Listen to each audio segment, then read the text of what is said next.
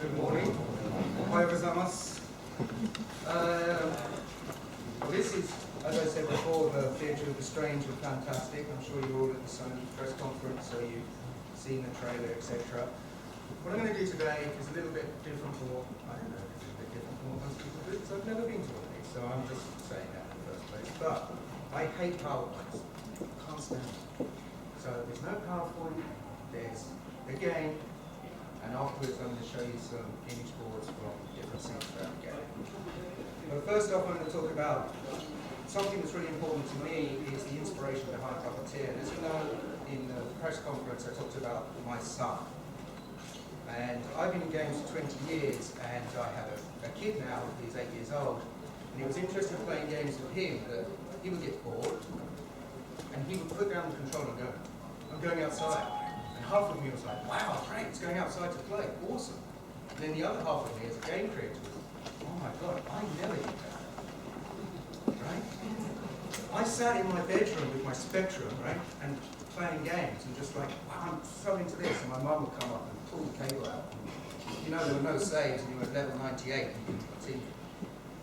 And another thing was that the games I was playing were graphically, well, at the time, they were awesome, but now they were terrible. They were terrible because they were text adventures. So you'd be going, go north, right, go north. Go north, yeah, go north, yeah, north, right, north, go north. Go east, oh my God, I'm going east, right, awesome. And then suddenly, it's like, there's a dragon, oh God, yeah, there's and he's got a big pile of gold. Oh yeah, I'm going to get that gold, fight dragon, you're dead. Right? But you went back again and again and again until you found that mythical sword that was hidden in the most ridiculous place ever to kill the dragon and get the gold. But the whole time my imagination was seeing it. I was seeing it in my head. And what I found with him, it was the graphics are so good now. And everything looks fantastic. But people just go, yeah, it's normal. And that's why we decided when we started to make this game, you know, yes, to reawaken his imagination, my imagination, and hopefully, you know, well, you guys have all got imagination, so I'm not going to say you guys, but, you know, people's out there's imaginations. We decided to put away the realistic stuff and care more about the situations that people get into. And the way that when you go through a game, instead of spending 30 minutes in the same area, how this place would change it and bring you surprises that you just wouldn't think would happen. So the whole point of Puppeteer is that it starts off on a curve where you think you know where you begin. And as you progress through the game, every 5-10 minutes or so, it will change on you, taking you to a new situation, a new place, and introduce new game as you go along. So in this curve, there are two things that are running, and they're both what I call my weirdness curves. The first is the story weirdness, and then the second is the actual physical things that we're going to do. So by the end of the game, we hope to inspire the player and make them feel that they've actually gone through a fantastic journey. Okay, why the theatre setting? Well, I've been living in Japan for the past 10 years. I'm a big fan of Japanese bunraku. You know what bunraku is? It's Japanese puppet theatre. And it's like kabuki, but with puppets. And what they do in that is they change the setting on you while the actors, the puppets, are acting. All the sets and stages are moving behind. All the lighting changes, everything. And that was kind of impressive to me. And because my old job was as an animator, and that's what I've been doing basically for 20 years, most of my life, is animating things. And so I said, I can do that in a game. Wouldn't that be great? And then all my staff, all my animation staff are going, please don't do that. Because we don't use any middleware, we don't use any technologies of those sorts. Everything we do, we write by ourselves and our team. So my animators are sitting there going, we're going to have to do this whole thing by hand. And I'm going, yeah, awesome. And as an animator, I'm going, yeah, that's great. And they'll go, please. But that's another thing that drove the inspiration behind Puppeteer. There's two things, the bunraku and the animation side of myself.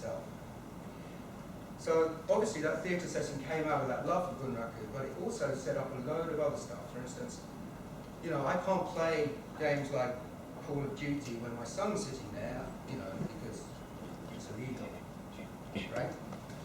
So I would, you know, come home from work, what, 9, 10 at night, put the game on, start playing the game, he's in bed, and, you know, I was really enjoying the game. I love those side of the games and stuff, but you clear something, and there's no reaction.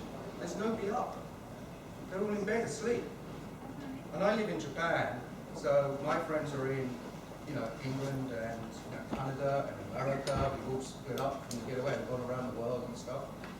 So I was like, wow, yeah, I did it. Turn around, nobody there to like, pat you on the back. And the theatre setting really works because the audience is there for it. So when you clear the stage, you get cheered. You get cheered. You did it. And it's quite bizarre when you play the game because you hear this audience surrounding you and it feels like you're in the audience with the audience.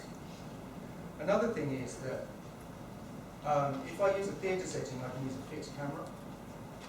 I don't have to use a quality camera. So what that allows me to do is have, basically, I can use all the computational power that is on one side to direct straight onto my game. I don't have to worry about clicking anything. It's just there, it's a box. And that means that we can do some incredible things with lighting. We have a full theatrical lighting rig, which is 140 lights, real time, volumetric. We project objects through them and stuff, and that's pretty cool. Okay, so that's enough about the theatre side. Let's get down to a little bit about the story. For the people who do know me, they think I'm bizarre, weird, strange, curious, whatever you want to call it. I just call it more inquisitive. And one of the things that I love, there are two directors in movies that really, I love watching it. If they make movies, I'll definitely go and watch it. One is Tim Burton, of course, and everybody's saying that I've seen the stuff from there, they picked it up straight away. Very Tim Burton-esque, really kind of that dark, creepy side. Great. The other one is Terry Gilliam. And Terry Gilliam is he's ex-Monty Python animation guy, but he's also an awesome director, and he's made some awesome movies that just take you on these journeys that are full of strange things. So, and that's where my inspiration for the story came from. Now in the story, our hero, Kuzuro, is stolen away to the moon by this Maleficent moon bear king.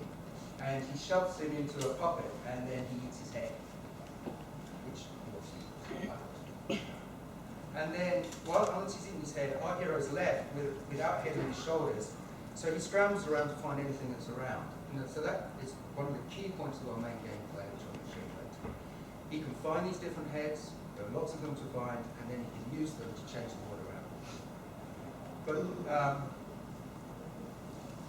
that's the story that we're allowed to put out. But I'm going to tell you, it's a public theatre, so the whole point of this game is people are trying to get back home. But it's not really. The story is actually about who's putting the strings behind the whole thing. And it's kind of in-depth.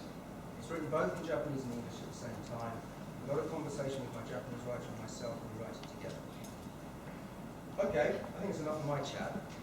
So, do you want to see it?